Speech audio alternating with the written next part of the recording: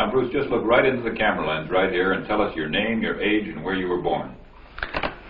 My last name is Lee, Bruce Lee. I was born in San Francisco in 1940.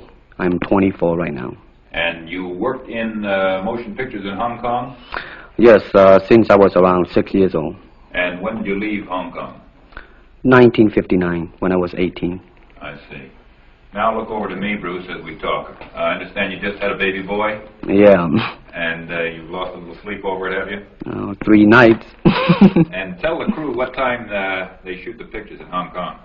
Well, it's mostly in the morning because it's kind of noisy in Hong Kong, you know, around 3 million people there. And so every time when they have picture, it's mostly, say, around 12 a.m. to 5 a.m. in the morning. I see. They'd love that there. And you went to college in the United States? Yes. And what did you study? Philosophy. I see. Now, you told me earlier today that karate and jiu-jitsu are not the most powerful or the best forms of Oriental fighting. What is the most powerful or the best form? Well, it's bad to say the best, but in my opinion, I think Kung Fu is pretty good. Would you tell us a little bit about Kung Fu? Well, Kung Fu is originated in China. It is the ancestor of karate and jiu-jitsu.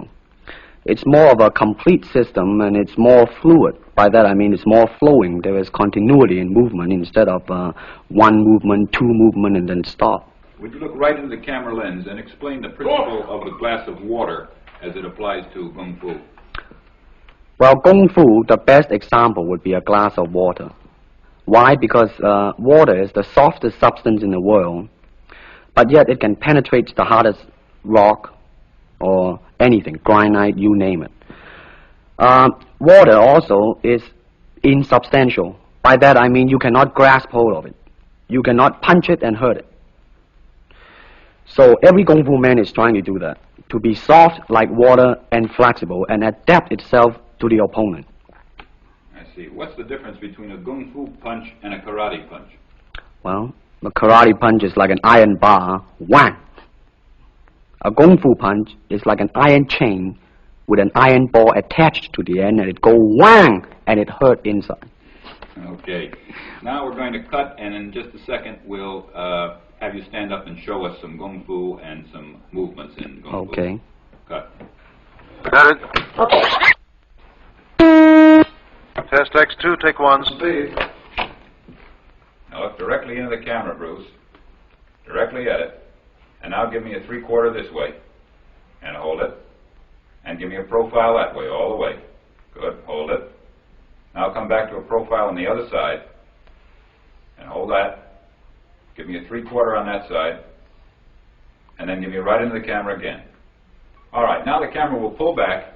And Bruce, first show me the movements in the classical Chinese theater. Classical Chinese Well, theater. you know what we talked about in the office. How they walk and how they start to move. Well, in Chinese opera, they have the warrior and then the scholar. The way the warrior walk will be something like this. Walking this way, straight, come out, bend, straight, and then walk out again. An ordinary scholar would be just like a female, a weakling, 90 pounds in Child Atlas. You'll be just walking, you know, like a girl, real, shoulder up and everything.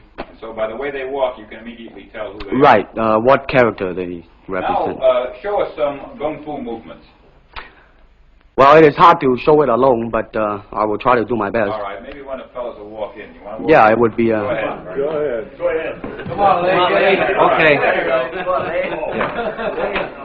There Although accidents do happen, but, you know... There are various kind of strike. It depends on where you hit and what weapon you will be using. To the eyes, you would use fingers. Don't worry. To the eyes. Or straight at the face. From the waist, everything on. Hold it just a minute. Let's move this gentleman around this way so you're doing it more into the camera. Okay, swell.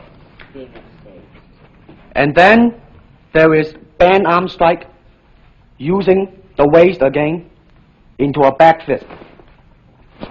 And Let's have the assistant director back up just a ways. Okay, go ahead.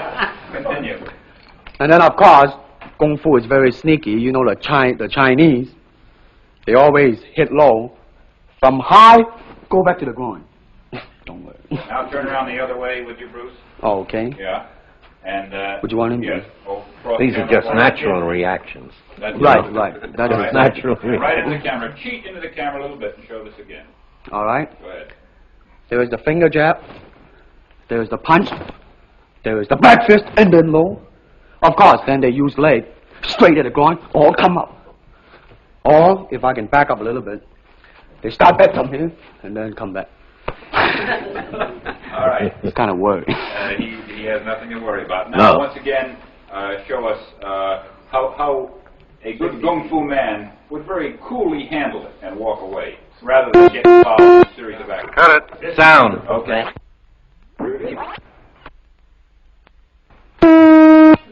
Test X2, take 2. Now, Bruce, so that we can clearly see what you're doing this time, we'll face the fact that there's nobody there. Show me now the difference between Jiu-Jitsu, which is long and involved, and Kung Fu, which is very quick if you have an opponent. All right, for instance, you will read it in a book, in a magazine and everything, that when somebody grab you, you will first do this, and then this, and then, and then, and then, and then, thousands of steps before you do a single thing. Of course, these kind of magazine would teach you to be feared by your enemies and admired by your friends and everything. See? But in Kung Fu, it always involves a very fast motion. Like, for instance, a guy grabbing your hand. It's not the idea to do so many steps. Step him right on the instep. He'll let go. This is what we mean by simplicity. Same thing in striking and in everything.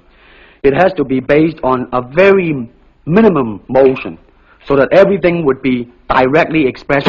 One motion. And he's gone. Doing it gracefully. Not to go, yelling and jumping all over him, but to do Excuse me. That's it. Okay. Now, show me once again just a few movements there. Well, Kung Fu can be practiced alone or with a partner. Practicing alone, they involve forms. Some imitate a crane, a monkey, a praying mantis. This is a crane form. Start off.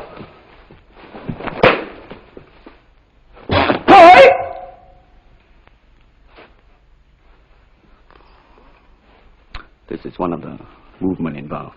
Show us one more movement, and then we'll be all through. Okay, I'm glad to hear that.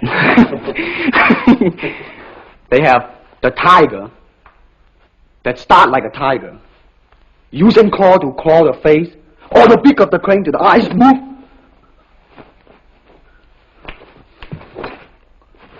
This is some of the movement involved. Thank you very much. Thank you very much.